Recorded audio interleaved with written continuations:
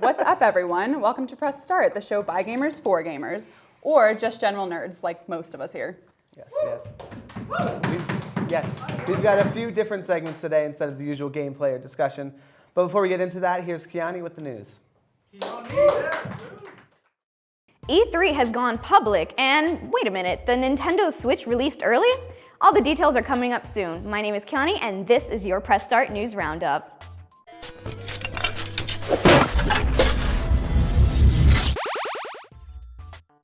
Now, for years, E3 has been one of the biggest events in video game exhibition, announcements, and basically everything for gaming-related things, coordinated by the Entertainment Software Association, ESA for short.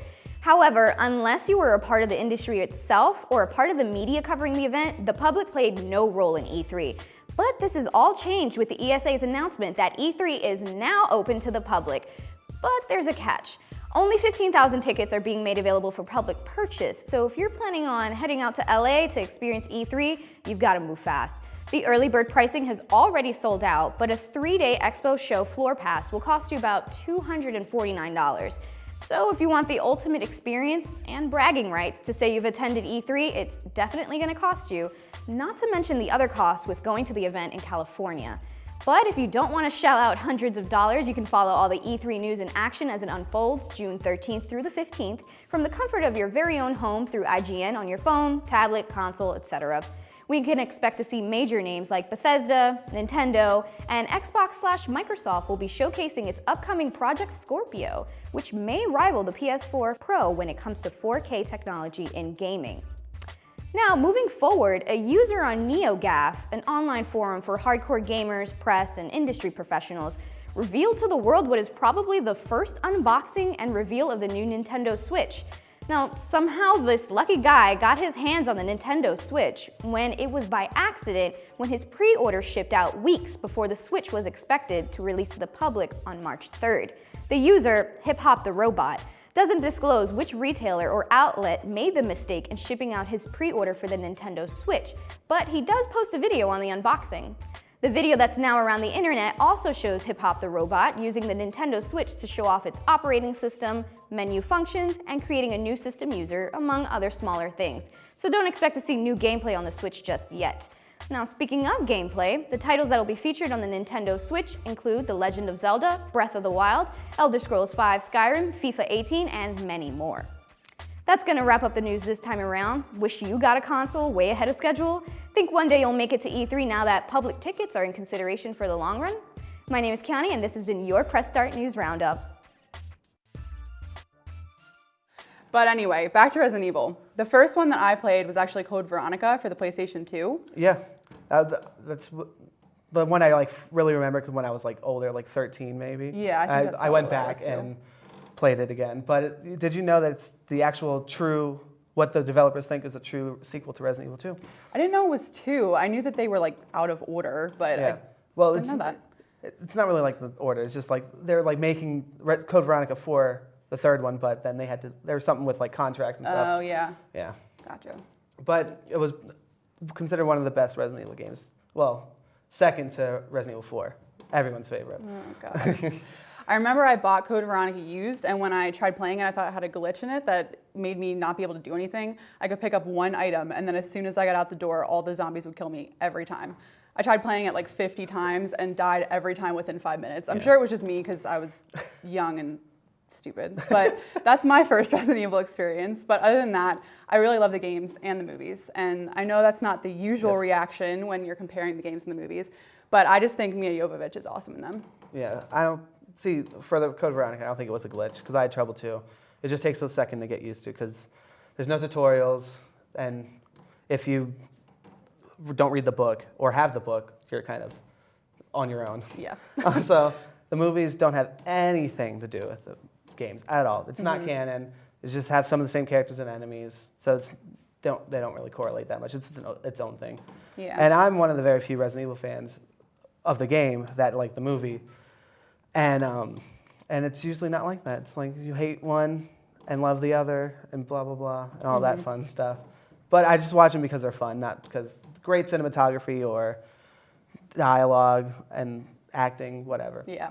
But another fun fact, the first Resident Evil game actually holds the Guinness World Record for world's worst dialogue in the game. Really? Yes. That's. Is that where the Jill sandwich Yes. came from? Yes. Yeah. You almost that were one. Jill Yeah. sandwich. Oh, also about Jill sandwich. Jill sandwich. There's in Dead Rising. There's a shop called Jill's Sandwiches. Was that on purpose? Did they do that on Yeah, purpose? it's oh my an god. Easter egg. Oh my god. Honestly, I can't even tell you why I like the movies. I know they're supposed to be awful. A lot of critics hate them, and a lot of fans hate them too. Between the acting and the action and everything else, I don't really hate them in the way that everybody else does. Yeah. I can see why they do, but I don't. Basically, I think that you and I just like the series, whether it's the games or the movies. And you and Matt actually did a whole segment based upon the Resident Evil games. Yes, so we did. that's Yes, we pretty did. cool. Let's take a look. That was you. Hey guys, how's it going? This is Matt from Press Start, and we here at Press Start have been playing a lot of Resident Evil lately, and we decided maybe we should talk about it. So if you guys want to introduce yourselves. My name's Colton, and I know that this is number 7, and that's about it. Okay. Well, I'm Mike, and this is not number 7. It's numbered 7, but that's not the. That's not. There's 7 Resident Evil games, I should say. There's way more. Hello, my name is James, and I have yet to even touch RE7, but I have played RE4 and RE5. Okay. So, what did you like about the Resident Evil 7? Because I know you liked a lot of it. So did I. Oh, well, where do we start? I guess one of the coolest things was the combat. Yeah. I thought it was really cool how almost like everything was a threat and nothing was really, I guess, nothing really felt like annoying.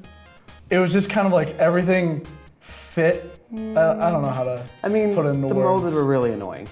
Yeah, Especially that first part when you only had like a pistol and you had to go through, like jump through all these hoops to get the shotgun. Oh, we should say this is a spoiler cast. We're gonna talk about the entire game. So, warning. And and you only had like a pistol unless you wanted to like backtrack all the way up, go through some of the basement and then backtrack, go get the shotgun. You probably have no idea what we're talking about because you only saw like what, 2 I know minutes of it? shotguns are good in zombie games, though, so that's like that's a general consensus Yeah. there. But yeah, really you only had like the pistol to go through the basement, which that annoyed me. yeah. It also was kind of annoying how the molded always seemed to like matrix dodge your bullets. Like just you lined up the perfect shot and at the They're like, last "Arr!" possible second, they just went, I just moved my head. Yeah, that kind of got annoying. That's why the shotgun was super helpful because it had such a huge range that you Yeah. just aimed somewhere in the general area and just Yeah. fired and Yeah, got them good. like I think you said it earlier that like people are saying Resident Evil 7 is really good, but it's no Resident Evil 4 because Resident Evil 4 was like it was one of the best Resident Evil games. Yeah, like RE4, I mean, like the first 3 like Resident Evils and like whatever spin-offs came out like during that Yeah. time were all like kind of like top down, like Yeah. tank controls. Like it was really hard to control them. There wasn't really too much going on. Like you were scarce on ammo. You barely had anything on you. And like RE4 came around, and it's like it's still kind of like that, but at the same time, it's like over the shoulder. It's third person. It's a bit more actiony, and like a lot of people were like kind of weary about it at first, but like as time went on, everyone's like, yeah, that's a really good game. Like, Yeah. that was like the third-person shooter that made third-person shooters like a thing. Like Gears of War, Mass Effect, a bunch of like other popular third-person shooter franchises like took like. They looked at RE7 or RE4, I didn't mean to say 7, my bad, and were like, we want to do something like that, but improve upon it. Yeah. See, what RE4 did was they took the old Resident Evil and made it new, but it worked.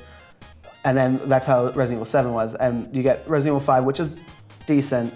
It's fun. A good co-op See, game. at Resident Evil 6 is just not good.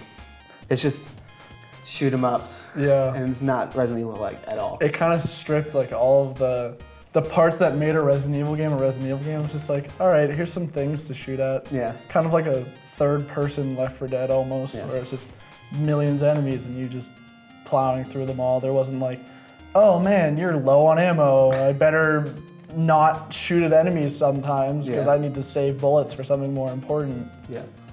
Have you played any of the Resident Evil games? I had a lot of friends who played Resident Evil 4 on the Yeah. GameCube as a kid, but other than that, I played a little bit of Resident Evil 6, which apparently is not a good place to start. No. So, It's like, I can't compare it to like an analogy because I'm thinking one right now, but it's like the worst. one to start at because It's like the Halo 4 of the Halo franchise. Oh no, I haven't played Halo 4. Don't. I stopped at like ODST.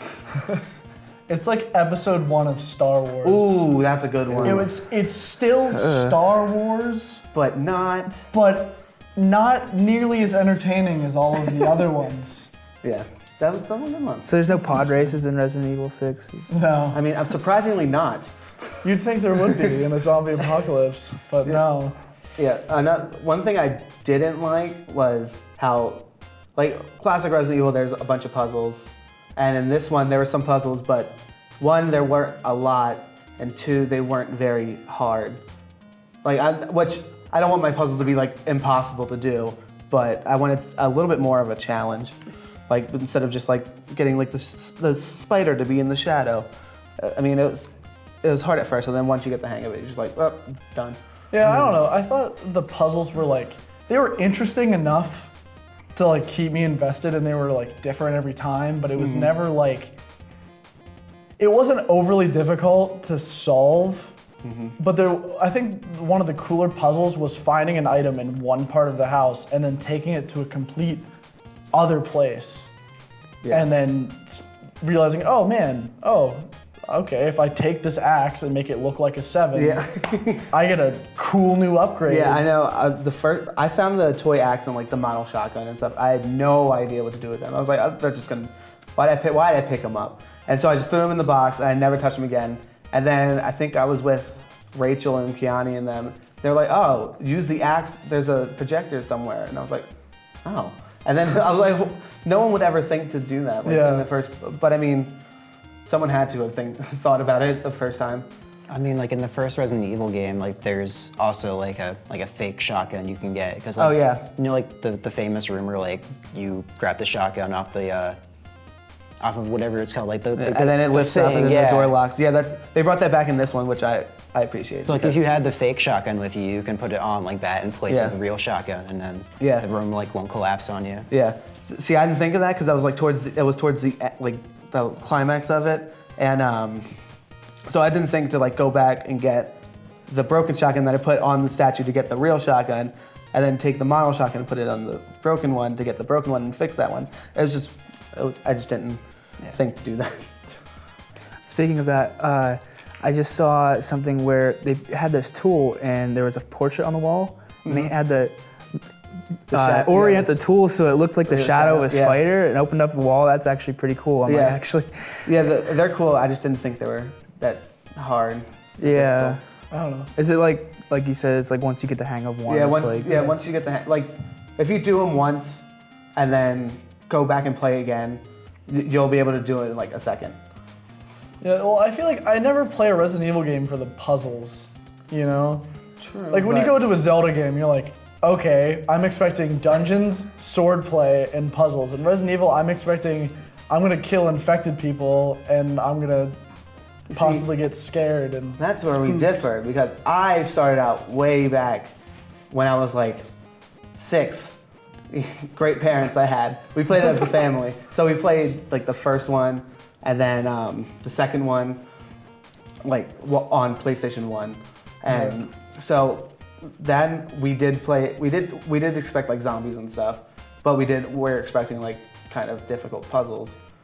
So that's where we differ. See, I like to play for the puzzles too, and a lot of other people do. Yeah, I started with 5, which I also heard That's actually not a terrible, or is a terrible way to start. Yeah, it's a terrible way to start, but it's not that bad of a game. Yeah. Where you can play it, but it's fun with a friend.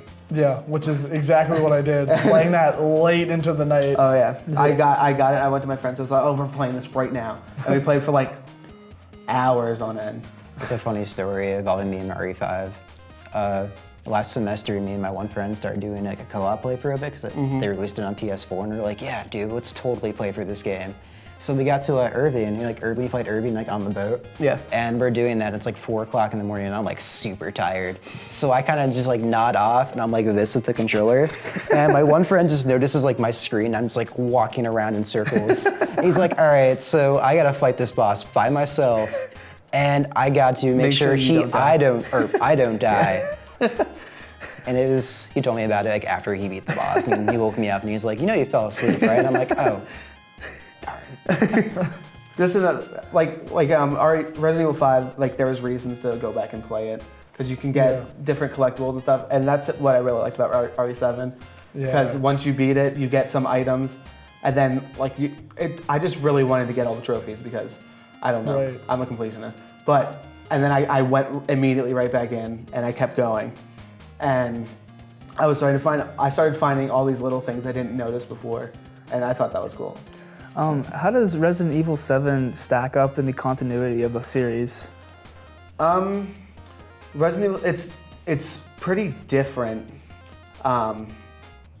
Like the earlier games, there's like these underground labs, and they're making bioweapons, and that's where like the zombies come from. They weren't meant to be zombies. They just kind of became zombies. Yeah. And then they like kind of kept like reimagining the virus, and like there's a ton of viruses where they can put it in the humans and they'll be like superhuman kind of. Okay. Like the first Resident Evil, like the main antagonist was Wesker, even though he was kind of like a part of the STARS team. He was like secretly the boss of Umbrella, and he got infected with the what is it called? Ouroboros in Resident Evil 5, and he became superhuman. He like had super speed and stuff. And with this one, it's another company. I forget the name of the company, but it's another company that's making bioweapons, but they are trying to disguise them. So in this one, there's a little girl, Evelyn, who is a bioweapon, but you don't know it. You just like see flashes of her, so you think she's like a ghost or whatever. Yeah. And then it turns out she's like this bioweapon that can infect people and make these like monster things, and like have people like under her control. Like that's where the main family comes, the Baker family. She controlled them to like get these people to show she could have a family. Okay. There was they took out the love like emotion from her. Okay. So she was like, something's missing. I want all these people as a family. Woo! And then 20 people later, she doesn't have a family now. She's dead. So. Good finale to the game. Yeah. But going way back to you're talking about completion. Yep. I'm also a completionist, so nothing makes me happier than when a game rewards you for completing the game. Yeah. So, like, it was really cool to know that a game that took me the first time I played through it, 10 hours, it took me to know that I could beat it again in 3, which adds a lot of replayability because you don't feel like by doing another playthrough, you're committing so much time. Like, it's like, oh, I want to play through Final Fantasy 15 again. It's like, okay, well, you're clocking in another 24 hours. Yeah. 24? I'm on 32. What? Yeah. Still only halfway through the game. Yeah, and I remember you were saying that you liked how how they spoiled the game in the beginning, but no one like noticed it. Oh yeah, that's really cool. In like one of the first tables, there's a picture, and it's just the grandma that you see like in one of the first scenes. And you turn it around and it says E001, which you're thinking, oh whatever. It's just a grandma with a weird picture. When I first saw that, I was like, oh, I'm gonna need to remember this code later because I was gonna like, get to a door or something. I need to put in E001, and then I just totally forgot about it because nothing ever came up. And then it turns out like E001 is Evelyn, and then the grandma was Evelyn. Fun fact. Fun twist. Yeah, she kind of like. So what happens in the game is they stop giving her treatments, and so her aging like accelerates. So she goes from being like this little girl to being an old grandma in like the span of 10 seconds. Well, that looks like all the time we have left to talk about Resident Evil 7. I'd like to learn more, and hopefully we can do this again, so just tell us what you think about it. Thanks for joining us. This is Press Start. See, I could have talked about Resident Evil for another 8 hours. It was hard to do it. Put it down to 10 minutes. What? No, I'm going to. It was hard to keep it down to 10, 15 minutes. Well, maybe we should do a whole episode where you just talk about. Don't worry. It's in the works. Nothing else, just you. No one else. No, just you on a me. stage by yourself. No decorations, just me. No, but actually, did you know that the name Resident Evil was originally named Biohazard when it was released in Japan in the 90s, I believe. Yeah, I'm not sure why they changed it. I think it was something to do with they didn't think it would sell in America if it was named Maybe. Biohazard. I don't know if they thought that people wouldn't understand what it was about or Maybe. something. I don't know.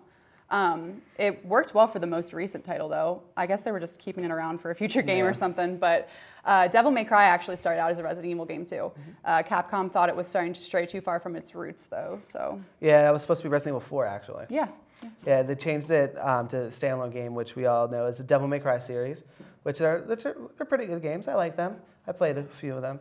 But it strayed too far from like the actual old games where like the monsters are completely different. You got like demons from the underworld and whatever, not man-made zombies and stuff. Well, speaking of the demons and whatever, you know, that actually leads us right into our next segment, which is the latest installment of Creature Feature. Next up, we have Tony discussing Deathclaws in the Fallout series. What's up, everybody? My name's Anthony from Press Start, and this is an old segment that we're breathing new life into. Welcome to Creature Feature.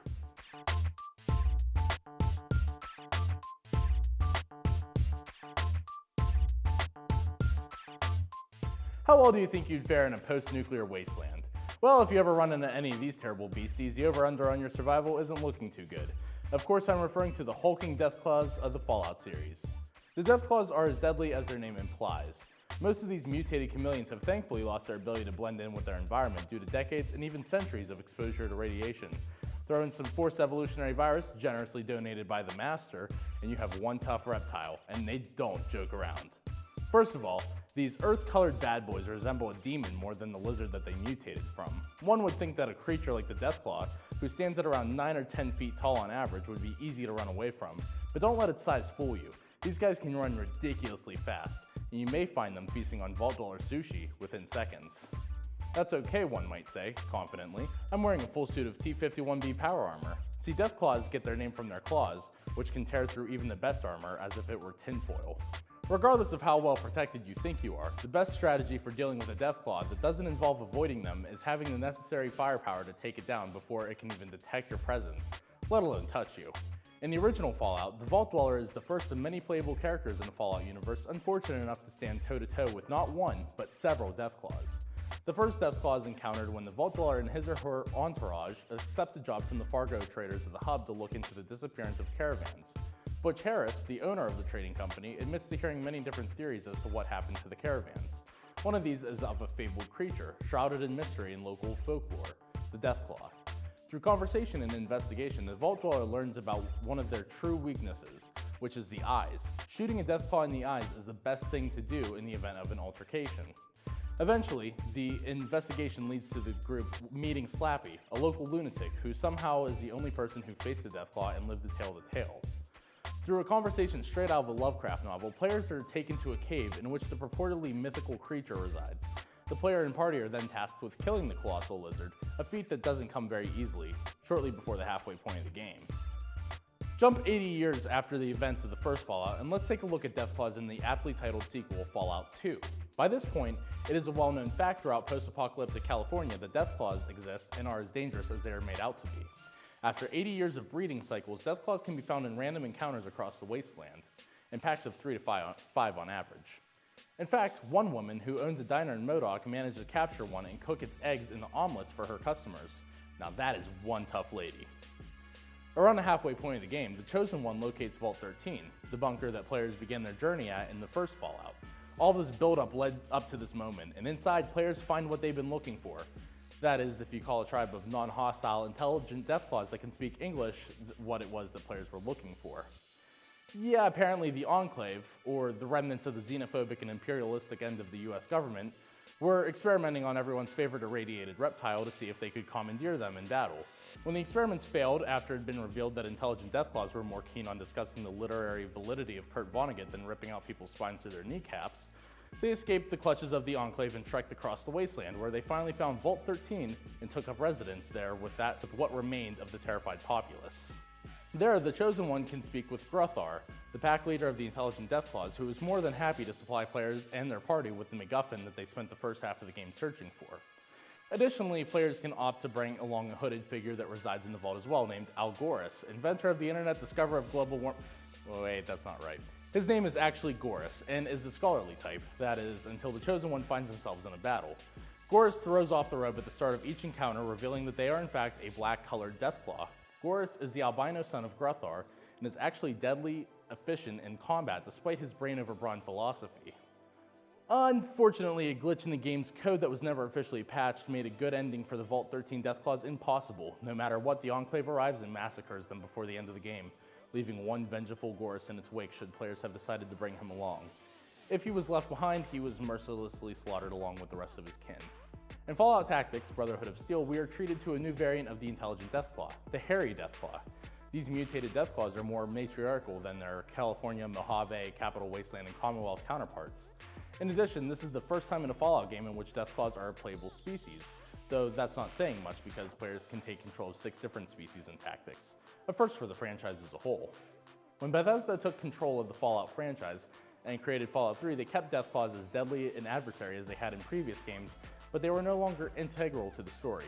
Enclave Outposts had some Deathclaws that they controlled through radio waves here and there, but there were no intelligent Deathclaws to have meaningful philosophical conversations with. Additionally, there have been no more official Deathclaw companions in any of the Fallout games thus far. Additionally, their weakness has changed to match the new VAT system. They're still partially blind, but their acute sense of hearing and smell make that setback redundant. Instead, if you want to serve Deathclaw steak, rip into their stomachs with a minigun or a rifle. Want to slow them down to almost a stop? Cripple their legs with a dart gun. You'll usually be rewarded for toppling one of these with a Deathclaw hand. You can use these seemingly worthless items as a crafting component to create the Deathclaw Gauntlet, a glove-based weapon that puts the power of a Deathclaw literally in your hands. This was easily my favorite close quarters weapon in any Fallout game. In Fallout New Vegas, Deathclaws took a backseat to the much deadlier Cazador, but that didn't make them any less threatening. The Mojave Wasteland is practically overrun with Deathclaws, and the batch of new variants found in the game cemented them as a force to be reckoned with in New Vegas. Lastly, Fallout 4 ups the ante on Deathclaw encounters. These titans are much deadlier than before. They run on all fours in combat, appear frequently in the glowing sea, and are now equipped with heavy hitting and insta-kill attacks that, quite frankly, are horrifying to watch, especially from first person.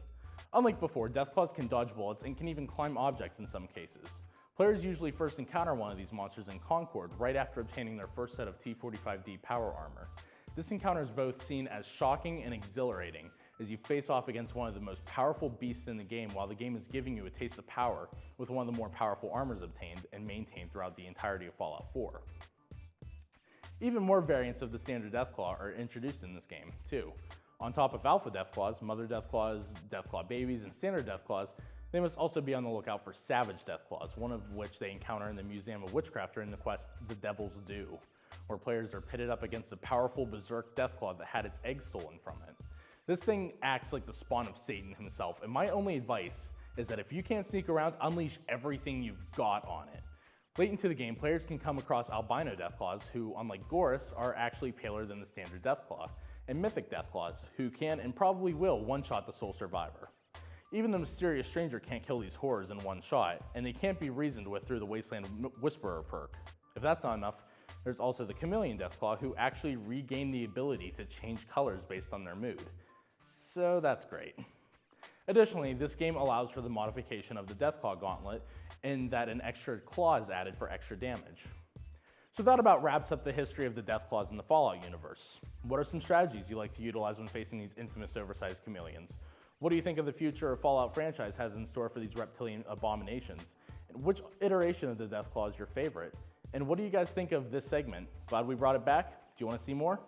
Let us know in the comment section below. And be sure to subscribe to our YouTube channel and like us on Facebook. Well, that's going to wrap it up for us this week. Any thoughts on the Nintendo Switch or even planning to go to E3? We could even do game series that you want us to go in depth about. Leave us comments. If you're going to E3, buy me a ticket, I'll come with you. Be sure to follow us on all our social media outlets and catch up with new episodes every week at 8 p.m. on Wednesdays only on IUP TV. Watch us. We also upload YouTube videos.